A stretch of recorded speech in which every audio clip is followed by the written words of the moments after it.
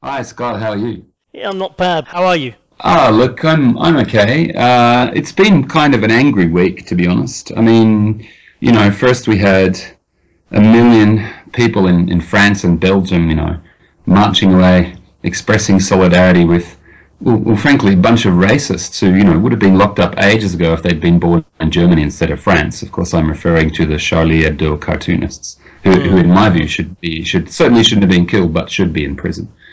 So it was very, very annoying to me to see this "Je suis Charlie" when "Je suis Charlie" means basically I'm a racist, homophobic, Islamophobic person who goes out into the community and baits minorities. If you're not one of those people, then you're not Charlie.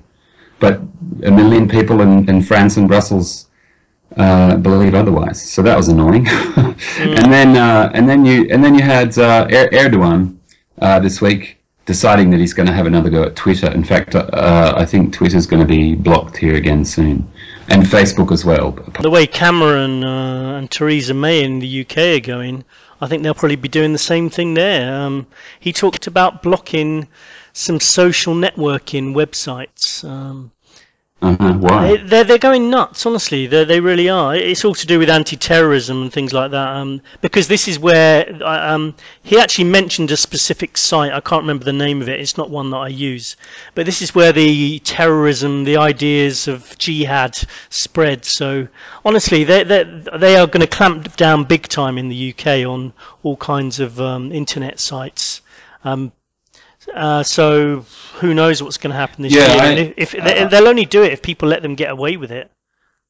Well, that's right. But I think, unfortunately, I suspect you may be right. I suspect that Erdogan might be starting a bit of a trend here.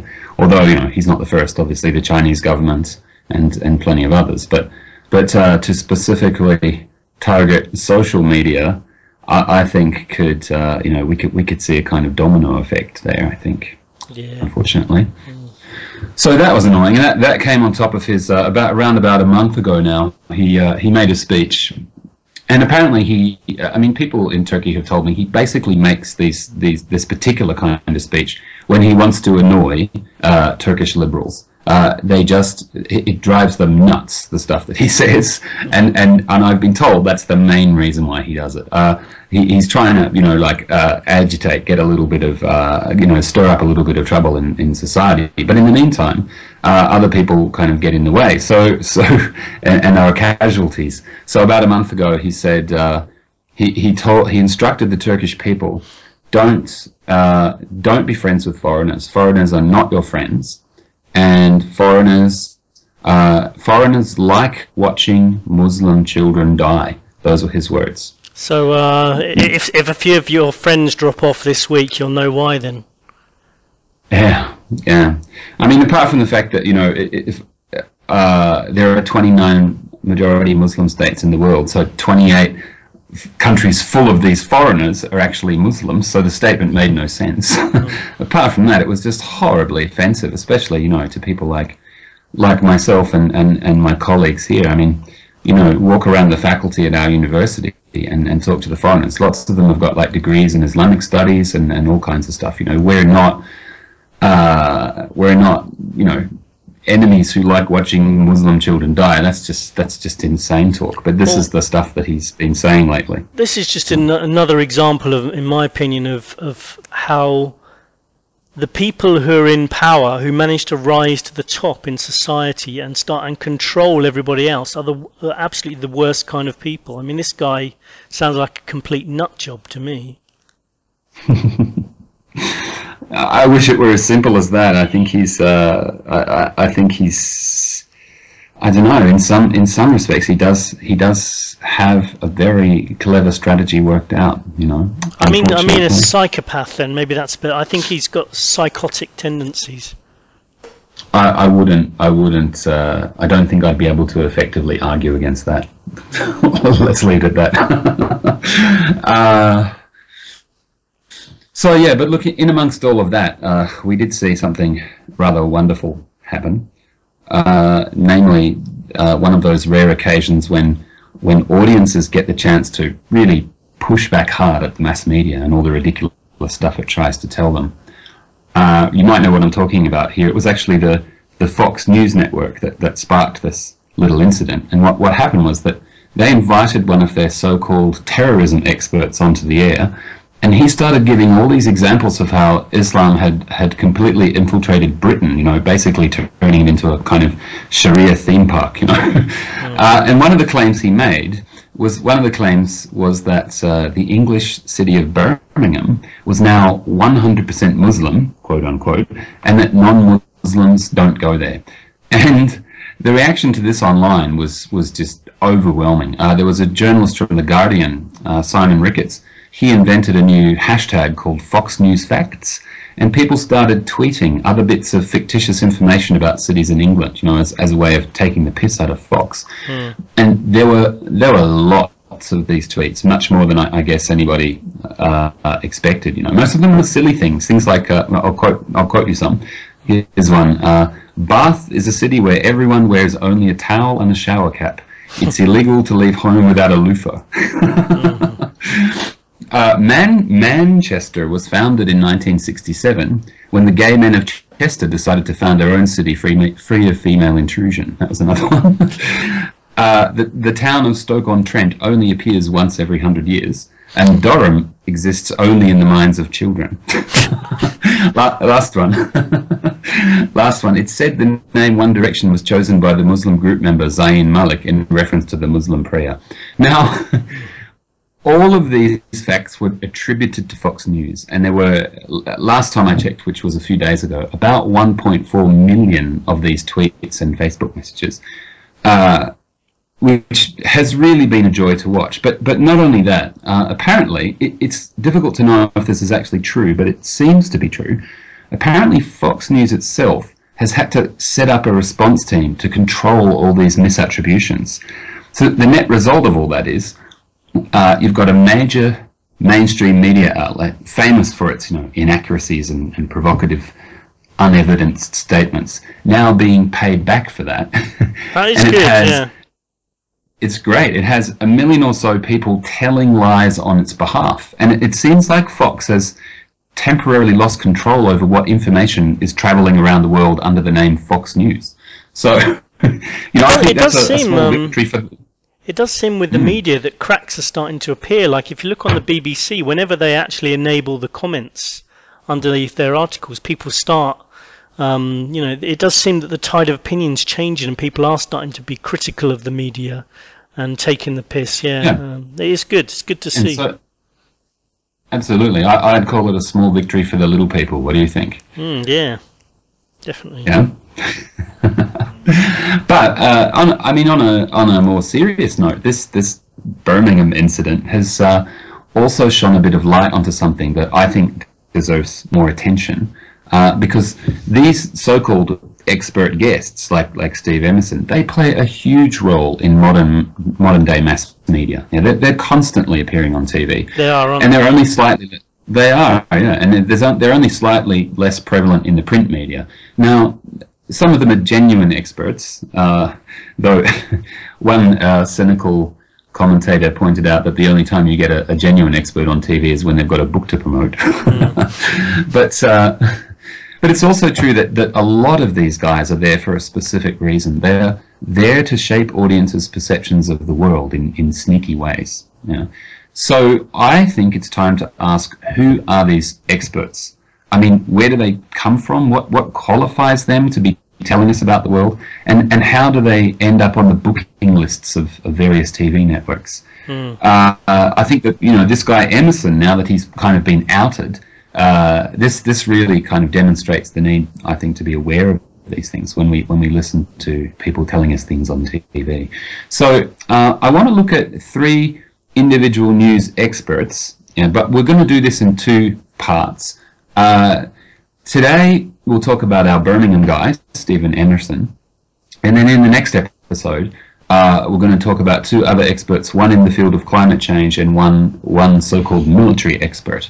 So let's start with Steve Emerson.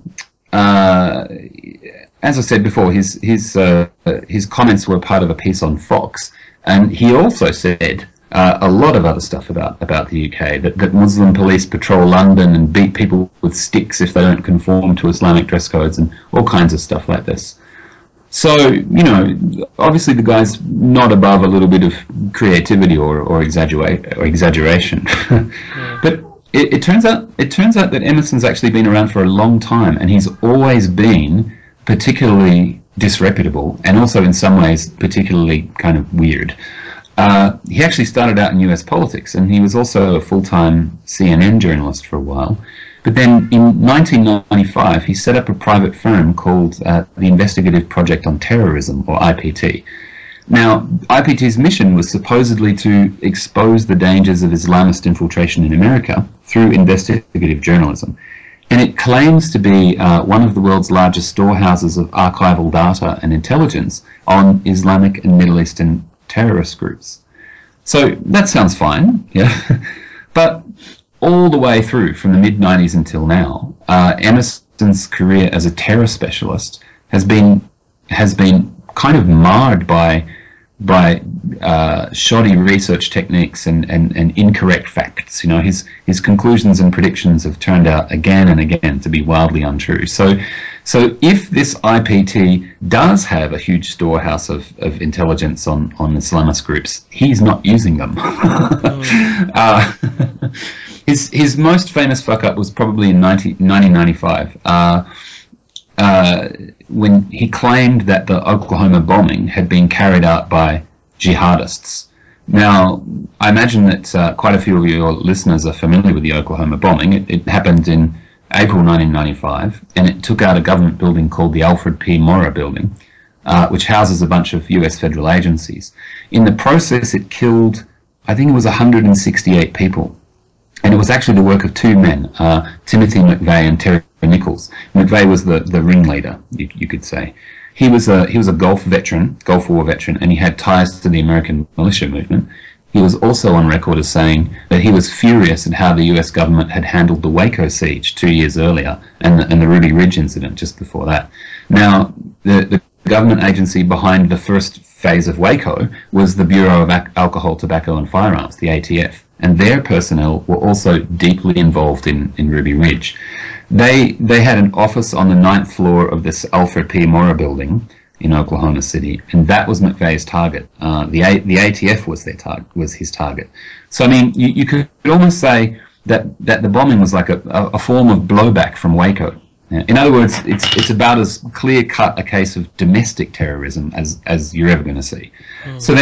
So then along comes Emerson, while the investigation was still going on, and he goes onto the CBS network and he blames the bombing on jihadists. And he's got two pieces of evidence for this. First, he says, I'm partially quoting here, he says, the bombing shows a Middle East trait, because it was done with the intent to inflict as many casualties as possible, as if nobody else in the world besides militant Islamists has that kind of MO. And the second thing, according to Emerson, Oklahoma was at that time, quote, probably considered one of the largest centers of Islamic radical activity outside the Middle East. Now, there have been conspiracy theories about this that have said there were a couple of Iraqi operatives active in the area at the time, but we're talking a couple, like two. So if that makes it one of the largest centers of Islamic radical activity outside the Middle East, then really we don't have a lot to worry about. So it sounds like it sounds like he had a deliberate agenda, like he was being paid to peddle these stories by somebody. Well, that's absolutely the thing, and I mean that, the thing is he said this, and then other people ran with it. Even CNN, his former employer, they ran with it. So this is how one expert can really poison or mislead the public dialogue. And 3 years after that, there was a report published in the US claiming that Pakistan was planning a nuclear attack on India, and that also did the rounds of the media, made some headlines. Then that report turned out to be completely fictional. And again, Emerson was one of the people behind it. So, yeah, look, there have been dozens of incidents like these. In fact, when you read the history of his IPT company, it almost seems as though they considered it their job to make up and to report false claims about militant Islamic groups.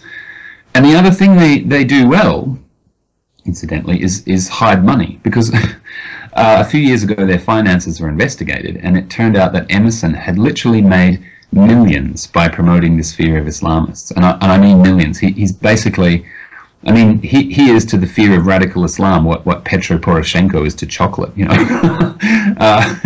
And he has managed that money in some very dodgy ways. He'd set up this complex kind of almost labyrinthine system where these fake non-profit organizations were paying money into little sole trader companies and things like this, all to avoid paying tax. So one perspective on IPT is that it's essentially a tax avoidance scheme more than actually a real investigative organization.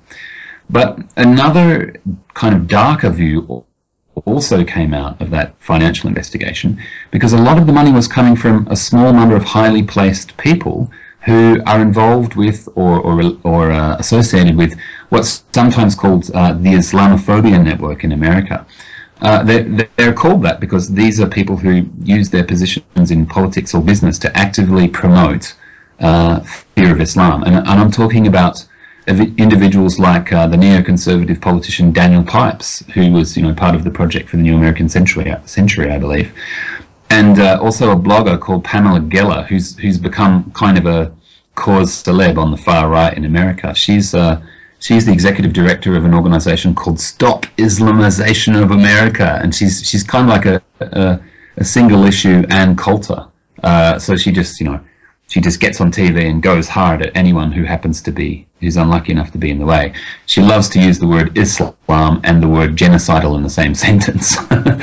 So these guys have spent tens of millions of dollars on promoting hatred of Islam. And of course, that plays right into the hands of the actual jihadist groups in the Middle East and South Asia, because their contention is always that Islam and the West are at war, right? That's one of their biggest recruitment tools. And the Islamophobia network is trying to get that exact idea into the American media as often as possible. So to the extent that they succeed, your terrorist recruiters in Pakistan, Iraq, wherever, can say, look, see, they said that they're at war with us. And again, Emerson has been a major recipient of support from these people. I saw, I don't know if you saw it, I saw a German reporter, sort of whistleblower, coming forward today, released a video on that's doing the rounds on Facebook. Did you see that at all? I haven't seen it. What is he blowing the whistle on, or she? He's basically saying he's worked in the media for years and years, and that he was apologising for lying, basically, and saying that most of the stories that are coming out are just, basically what you're saying, are just they've been told to push a certain agenda, and they get paid for doing that, and if they don't do it, then they lose their jobs. And he gave examples of colleagues who were asked to release certain stories by certain organisations, and they refused, and so they were fired, basically. And that the CIA were quite often would kind of invite them to certain events and things, and would treat them well, with the understanding that they would report in a certain way. And there was lots of bribery going on, sort of back in sort of indirectly between various organisations and secret service organisations and government agencies to influence what was going out on the news, and that he'd been party to it all, and that he was coming forward and apologising, and he's written a book about it, and he was sort of saying that the book itself, he's not doing it for the money. He said he's probably more likely to actually get his life's going to be in danger by releasing the book. And it was interesting. Yeah, he had a lot of interesting things to say about how basically the media just lie to people, and they're being completely influenced by outside forces. Wow, that sounds really, really interesting. Partly because it's from Germany, and I don't really know anything about the mass media in Germany. Could you possibly put the link on the True Sentinel page? I will do. I'll put it underneath this particular chat when I find it. Yeah. Oh, fantastic. Thank you. And you're right, by the way, in terms of kickbacks from and cozy relationships between government agencies and and media talking heads. There are plenty of examples of that, especially in the field of so-called military experts, and I want to talk about that. I want to talk about that next week, because that is a huge area. But in terms of getting back to our Birmingham man, he used to be a regular guest on a number of TV networks in the US. But because of all the stuff that I've mentioned so far, over time, most of them have struck him off their lists. For example, CBS didn't renew his contract after the whole Oklahoma bombing issue. I even read one report that said he's been blacklisted from appearing on Fox News' O'Reilly Factor because the host, Bill O'Reilly, I know, Bill O'Reilly considers him too unreliable and too prone to insane outbursts. Wow. So, I know, when Bill O'Reilly starts to think that way about you, you may have a bit of a problem. Surprised that he ever got onto some of these channels then with that kind of reputation. Yeah. But I mean, as we've seen, other Fox shows are still prepared to book him, and they always credit him as a terror expert, and he occasionally crops up on C-SPAN as well. And as we saw last week, all of that kind of disapproval hasn't caused him to dial things down at all. He just keeps going with this fear steamroller. And a few years ago on Fox, he actually he came up with a new theme, which was the idea that the Obama administration has been infiltrated by, see if you can guess. Aliens? Well, that too, of course, but no, by militant Islamists. And they're in senior positions in the administration. They're working from inside the White House, and if we don't stop them, Sharia law will, over the next couple of years, Sharia law will be imposed on the US. That's his new thing. Again, no evidence here. It's all just. In this particular case, it's mainly been about insinuations about the characters of a few employees in the administration. So it's basically like Joseph McCarthy does Islam. It's terrible stuff. And he's also about to release a movie. It's called The Grand Deception. And going by just what we know about it so far, pre-release notes and what he's said about it and so on, it seems like the theme is basically this: there's no such thing as a moderate Muslim in America, and every single Muslim in America is in on this plot to Islamicize the USA. As far as we can tell at this point, before the movie's actual release, that's the theme. So, this guy is just nuts. And by the way, something else about him that I think is worth knowing: his office, where the investigative project on terrorism is headquartered, is in a secret location, and his employees refer to it as the Bat Cave. He's even sent henchmen out to collect journalists who wanted to interview him, and they blindfolded the journalists, kind of Bin Laden style. They blindfolded the journalists so as not to give away the Batcave's whereabouts. Yeah, and you told me that before, and I said that I think we should adopt the same policy for anyone that we have to interview. They should have to undergo the same kind of treatment. Absolutely. Yeah, but I think we should. I think we should update it a little bit. Blindfold them, and then fill the room with aromatherapeutic scents. Or feed them ice cream, and they have to guess what flavour it is. That's brilliant. By the way, I've got the name of that journalist I was telling you about, the German guy. His name's Udo Ulfkott. Dr. Udo Ulfkott, and he's a whistleblower who's come out in the German media exposing what's been going on there. So yeah, anyone who wants to check out Udo Ulfkott, that's Ulfkotte. He's the guy that's sort of letting people know what the media have been up to. Well, that's great. I'm definitely going to look him up. Yeah. Just as I got the information on the page, I'm just reading. This is just from Wikipedia. According to Ulfkott, the CIA and German intelligence bribes journalists in Germany to write pro-NATO propaganda articles, and it is well understood that one may lose their media job if they fail to comply with the pro-Western agenda. Well, I don't think that's going to go on for much longer. because, as you know, Scott, in a few weeks' time, we're going to take down NATO on this program. That's right. Yeah. So yeah, that'll be a thing of the past. Yeah, but yeah. So again, with Emerson and his Batcave, you might think that he might have some reason to be in a secret location, because if he's always publishing this stuff about Islamist groups, then maybe his life is in danger. And in 1998, he did claim that he'd received death threats, and he also said that he'd got a tip-off from federal law enforcement saying that his life was in danger. But actually, an independent journalist subsequently went and looked into that, and he found out that the FBI's attitude to Emerson was kind of, an eye-rolling kind of, oh God, not him again. He's apparently, been bugging them for years. He's been quite a nuisance to them because he wants to hear about death threats and hit squads and so on. But there aren't any who are after him. So this secret location thing seems to be, just an attempt to create a bit of kind of faux mystique around him. Yeah. Which in Australia we'd call that a wank, basically.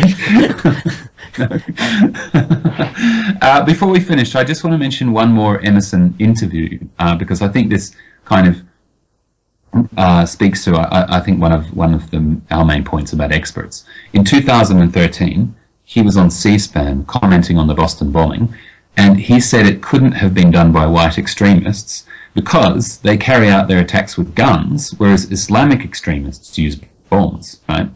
The presenter challenged him on that idea, which, by the way, didn't happen on Fox when he said that Birmingham was a completely Muslim city. No challenge there. But on C-SPAN, the presenter said, wait a second, what about the Oklahoma bombing? That was white extremists, and they had bombs, right? And Emerson said, yes, that's true, which is funny because he was the main guy who started the rumor that, the Oklahoma bombing was not done by white extremists, it was done by Muslims. So he says, yes, that's true, but that was the last time white extremists had tried to bomb anything, right? Now, just, having a little look at the factual record, since 2001 in the USA, white supremacists and neo-Nazis have not carried out any successful major terrorist attacks, but they have been responsible for about a dozen bomb plots. All of them have either been foiled or just messed up on their own, fortunately. But these things are not a rare occurrence. So here's Emerson, this self-styled expert, and either he's lying through his teeth about all of those incidents, or he's completely unaware of any of them. And personally, I think that's a really good indicator of just how circumspect you need to be. Anytime you see a person on TV with the word expert written underneath them, because they may not be an expert so much as either a lunatic or a person with an agenda to serve. Yeah, no, I think you're right, and that's exactly what this Ulfcott guy was talking about. So it ties in quite well. Yeah. I think a lot of these people they are pushing agendas, and they probably only get invited on if it's sort of known that that's the they already screened them, so they know what they're going to talk about. Yeah.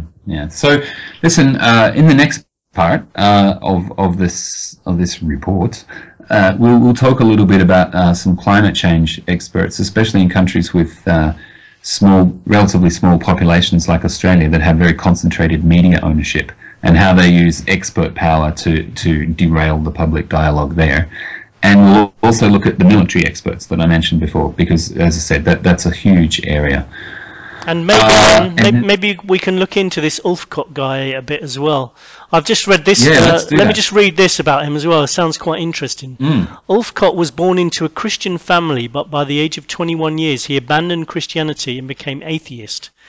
When he went to live in Islamic countries, he converted to Islam whilst living in Afghanistan. He later abandoned Islam, is now a Christian. So he sounds like quite a confused guy as well, though. Wow, that's almost identical to the biography of, apart from the atheist bit, to the biography of Reza Aslan. Actually, it's the opposite. He was born a Muslim.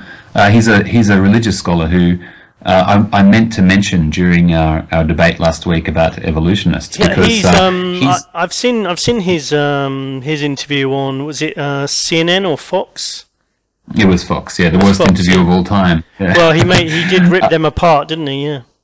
He certainly did. He certainly did, and that became quite an infamous interview. But I wanted to mention him in our previous talk, because we were talking about evolutionists and the tendency of some of them to be quite inflexible, and I wanted to say that it's okay, for different people to kind of step across the floor and express admiration for people who are on the other side of the argument. I was going to give Reza Aslan as an example, because currently I would say for me personally, he's one of the most interesting people I can think of. He's just such an intelligent and interesting person to listen to. But he's a Muslim. I'm an atheist. I don't care. And so I mean, I wish there were more. I wish there were more people on my side of that argument, so to speak, who were prepared to give credit where it's due, especially to great minds like him. One reason why I don't like him so much.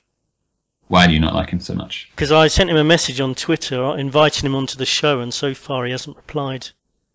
Oh, jeez, right, that's it. So let's talk a little bit about what was his name? Ulfkott. His name is Udo Ulfkott. Udo Ulfkott. Okay, so next week, if we can, we'll talk about him, and we'll look at these climate change and military specialists, and then I think we should try to have a battle of the experts to see who can take out the prize for crappiest media expert currently in the media. How do you feel about that? That sounds like a good idea. It's a prestigious prize, Scott. It's not an easy one to take out. So I hope that the anticipation is already building among your audience. Yes, let's hope so. Anyway, thanks for coming on today, and we'll this to be continued, as they used to say at the end of Batman, I believe. So that sort of ties in as well. I hope that we go swirling now. You remember they used to do that on Batman? The whole screen would swirl. It would be fantastic. Okay, well I'll look at some of my video editing tools and see what I can do. Yeah. Okay, thank you. Kapow, Scott. Kapow. I should have said twat. Twat. Thank you very much.